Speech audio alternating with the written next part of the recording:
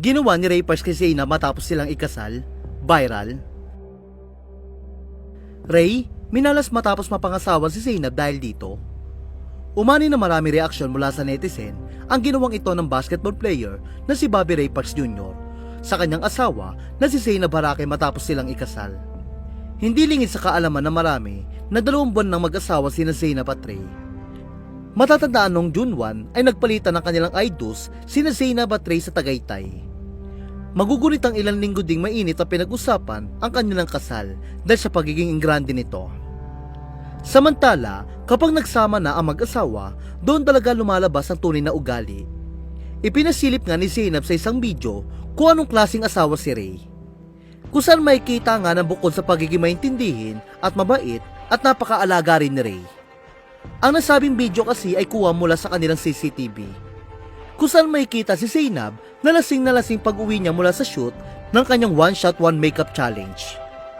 Ayon pa kay Zainab, suka siya ng suka pero wala umano siyang narinig na kahit na ano o reklamo mula kay Ray. Sa halip ay inalagaan umano siya nito, pinaliguan at binihisan. Ayon pa kay Zainab, mapapa-thank you Lord ka na lang talaga. PS, gusto niya ako bihisan, as minalasing ako ayoko magdamit. Nag-shoot ako ng one shot one makeup challenge. Umuwi ng lasing na lasing at suka ng suka. Wala akong narinig na kahit na ano sa asawa ko. Siya din nagpaligo at nag-alaga sa akin hanggang makatulog ako. Napakaswerte kong misis. Ngunit marami nga ang nag-react na negatibo sa post si Zainab. Pinaalalahan nila si Zainab na huwag abusuin ang kabaitan ni Ray. At baka sa huli ay magsawa ito at iwan din siya tulad ng dati niyang partner na si Skaz Takli.